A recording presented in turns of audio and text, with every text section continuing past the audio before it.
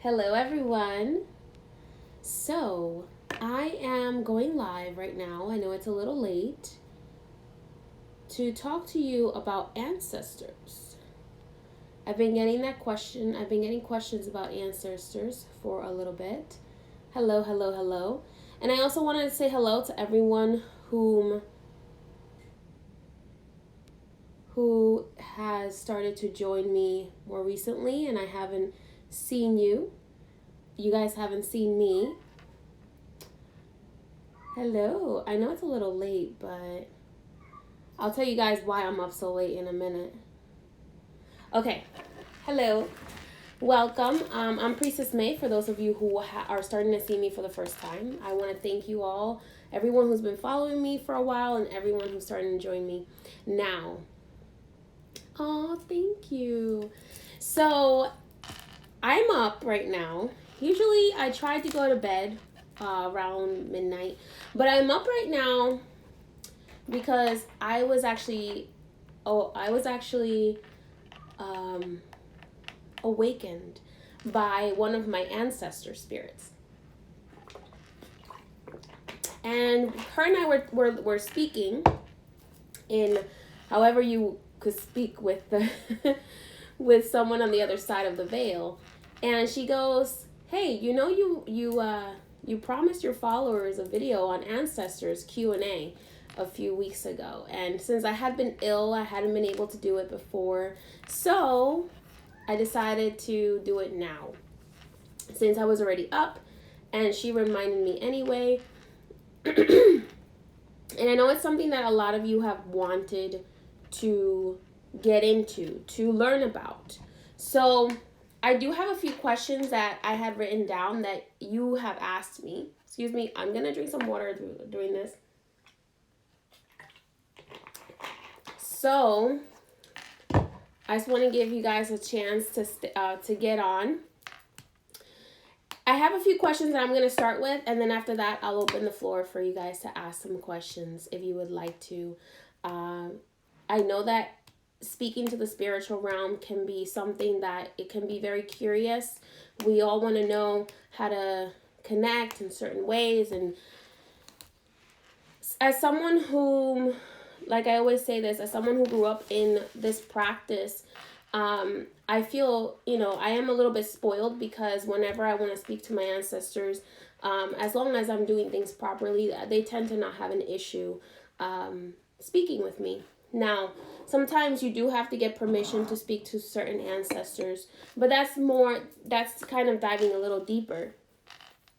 So I just want to get started with the questions. So I'm going to go ahead and get started, and then I'll open the floor for you guys if you have any further questions, and we can go from there.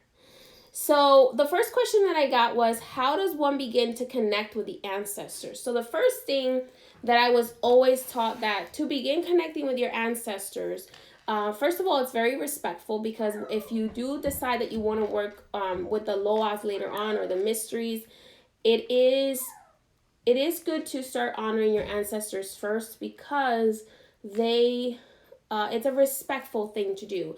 And also, your ancestors will connect you to other beings of light in the spiritual realm. It's almost like having a bit of a shoe-in or a connection, or you can think of it as networking as well.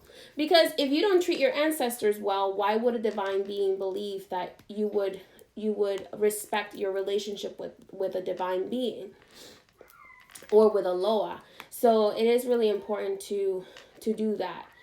So how do you begin working with your ancestors? The first thing is an ancestor altar. I always believe that the ancestor altar is the best way to start connecting to your ancestors. I have a video on my YouTube channel on how to set up an ancestor altar. If you don't have pictures and things like that of your ancestors, you can use their names, or in placement of names or pictures, I do sometimes suggest putting a tree, a live tree, on your ancestor altar to represent anyone who is connected to you, who is from your family tree. So if that makes sense, let me know. So another question that I received was, how do you start to hear your ancestors? So this is actually more in depth, because the way that you start to hear your ancestors really depends on your particular gifts. Everyone has gifts, whether you are a new beginner or you are an advanced. Everyone is born with some sort of gift, with some sort of sensitivity to the spiritual realm, whether you are developed or not. As you develop, usually most people, once they start to develop what's called the clairs. And for me, how you hear your ancestors is going to differ based on the clairs that you have, okay? Usually, let's say you're born with clairvoyance, which is the ability to see. Then now you're not, sometimes people are able to see with their eyes. There is a form of claircognizance / clairvoyance where it's you're able to see, but it's in your mind's eye. And you have to start to decipher. You can get things in dreams, exactly. You can get things, but I'm talking about when you're sober. Let's say when you're sober and when you're awake. Usually the ways that your ancestors will connect to you is through your clairs. So if you are clairvoyant, they will show you images. If you're a clairaudient, then you will hear them with your actual physical ears, okay? If you are claircognizant, then you will just know that they're there, and they will give you the sense that they're there. And if you are clairsentient, you will feel them. Okay, so you will get that sense of that brush of the hand, or you will get that sense that they are around you. So it really depends. How you hear your ancestors is going to differ from person to person. So let's say if you ask me, Priestess May, how do you see my ancestor? Well, I'm going to tell you I see your ancestor through my clairvoyant gift, because that's my main gift is clairvoyance. My mediumship gift allows me to open and close doors into the spiritual realm in this with the permission of my guides. But aside from my mediumship gift, it's my clairs that allow me to communicate. So that if you really want to get hearing your ancestors, I highly recommend developing your clairs. Your clairs can be developed through practice, through meditation, through hypnosis, through candle meditations, through water meditation. It really depends on the type of meditation you're doing. Another question that I received was, how can I learn to pray to connect to my ancestors? Again, prayer is really much from the heart. Now, in my tradition, usually we use what's called Catholic prayers, because that is the prayers that we inherited in our tradition, as there is a mix of Catholicism and spirituality. So usually in a practice like my own, there is a set of prayers that you use. However, that doesn't mean that you have to only use those prayers. You can pray from the heart. You can pray for God or the universe, whatever you believe in, to allow you to communicate to your ancestors, to give your ancestors rest and peace. Because through prayer, it really helps you build that connection. The elders in my tradition really believe that prayers are like food to spirits. So if, aside from the offerings that you're offering your ancestors on the altar, prayer is very important, because we also believe that prayer helps elevate the spirit. When I say elevate, I mean move the spirit from one dimension to a higher dimension to a higher dimension in their process of ascension. So if they have someone alive in their lineage, or that was a friend that is praying for them, it allows them to raise their vibration and continue to ascend and ascend and ascend through different dimensions. So that like I said, it doesn't really matter if it's a structured prayer. There are structured prayers that are out there that I will make a video on later on that you guys can do if you want the structured prayers. But it's really about speaking from the heart. Really, why are you going to your ancestors? Why are you trying to connect with them? Are you doing it for selfish reasons, or are you doing it because you really want to get to know them? You really want to get to know how they played a part in your life, in your development, in your ancestry. So it's really important to really know why. Why is it that you want to? Because at the end of the day, your ancestors are going to know anyway. They're going to know on the other side, why are you trying to connect with them? Why are you trying to build that network and that connection? So it's really important that you speak from the heart. Hi, Nora. Good morning. I know you're in South Africa. So that is really important when it comes to praying for your ancestors. It's praying from the heart, asking, acknowledging God or goddess, asking the God and the goddess to elevate the spirit of your ancestors, to keep them alive on the other side. Because it's also believed in my practice that spirits only really die when someone forgets to pray for them. It doesn't matter if you know their name, as long as you're praying for your ancestors, you're giving them that elevation. Okay. Another question that I received is it possible for ancestors to move parts of your body or make you cry while you're connecting with them? So the crying part, now, I always say make sure you're speaking to your ancestors and not a trickster spirit that might be trying to scare you. Your ancestors will never make you feel fear. They'll make you feel feelings of melancholy, maybe of missing them, because a lot of the time spirits will have you feel how they feel about seeing you. Imagine you haven't seen someone for a very long time, or you haven't been able to speak to someone for a very long time, and all of a sudden the door is open and you're able to communicate with that person. You will probably feel pretty emotional. So sometimes the ancestors, through people who are empaths or clairsentients, will make you feel those emotions. So you'll feel the need to cry, or the joy that the ancestor is feeling by connecting with you. A lot of the times what happens for me is that I get filled with this joy that I can't explain. It's like that joy that makes you want to cry. And that happens a lot whether I'm speaking to my own ancestors, or I'm speaking to the ancestors of people that I'm reading, so, or of a person that I'm reading. So it's really important for you to be aware of everything, of all of your senses, which is why meditation is so important.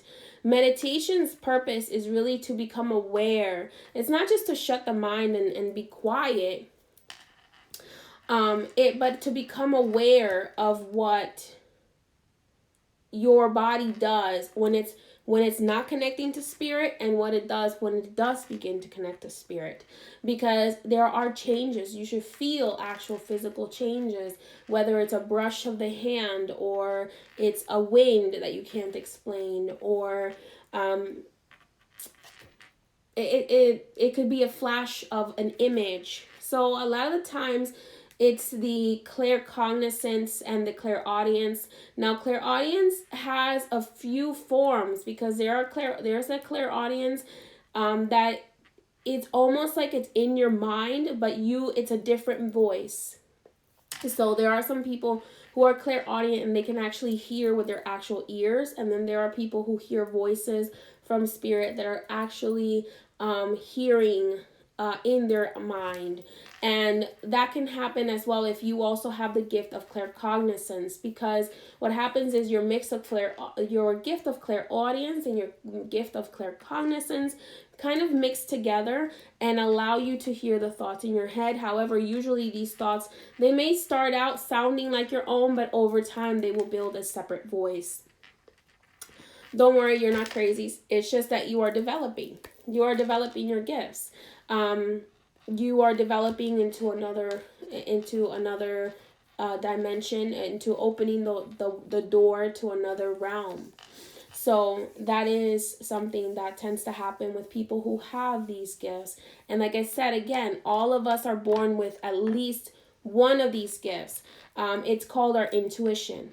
Excuse me. Let's go ahead. So just a few more questions, and then I'll go ahead and open the floor for you guys to ask some more questions that have to do with ancestors communication, because I get a lot of questions about ancestors, so this is your opportunity to ask them.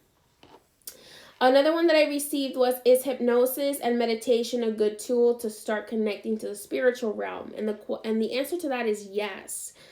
With hypnosis, if you are dealing with someone who is a very good hypnotist, then it can be very helpful to communicate, to start communicating you're on your own with the spiritual realm. However, it's really important that you trust the person who's doing your hypnotism, that the person who's doing your hypnotism understands about protection and understands about barriers when it comes to the spiritual realm. And why do I say that? Because when you're hypnotizing someone, you're opening them up to connecting to another realm as well. It's another form of connection to another realm. So it's important to know when you're hypnotizing someone, or when you are being hypnotized, that this person that's hypnotizing you knows how to set protection around you as you're being hypnotized, and knows how to open and close sacred space during your hypnosis session.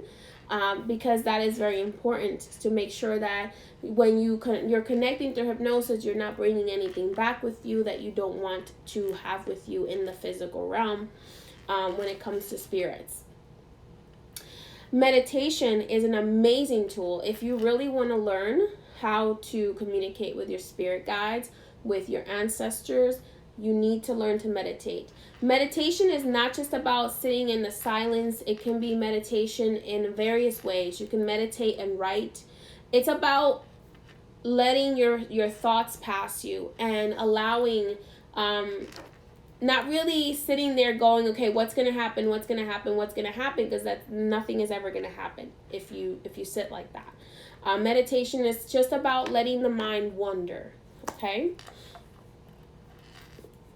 If you are wondering what to put on your ancestor altar, you can see that on my YouTube channel, youtube.com/priestessmay. I have a whole video on how to set up an ancestor altar. And to that video, that is the basics. So after that, you can add in some of your own personal touches. If you feel that, you will see at first, randomly, you'll just think, oh, let's say you have your grandmother on your ancestor altar, and all of a sudden you get shown her favorite flowers. That is a way of her communicating with you, letting you know, I'm here, and I would love for you to give me my favorite flowers. Okay, so sometimes we double guess that intuition, and it's really important to not double guess that intuition, because the more we double guess ourselves, the less likely it is that you will hear or feel or see your communication from your ancestors. Let's go ahead and see here. Another interesting question that I received was, is it possible to be the first in your bloodline to have gifts? It is possible, but it's very rare. Usually all gifts come from some sort of bloodline, whether you know of it or not.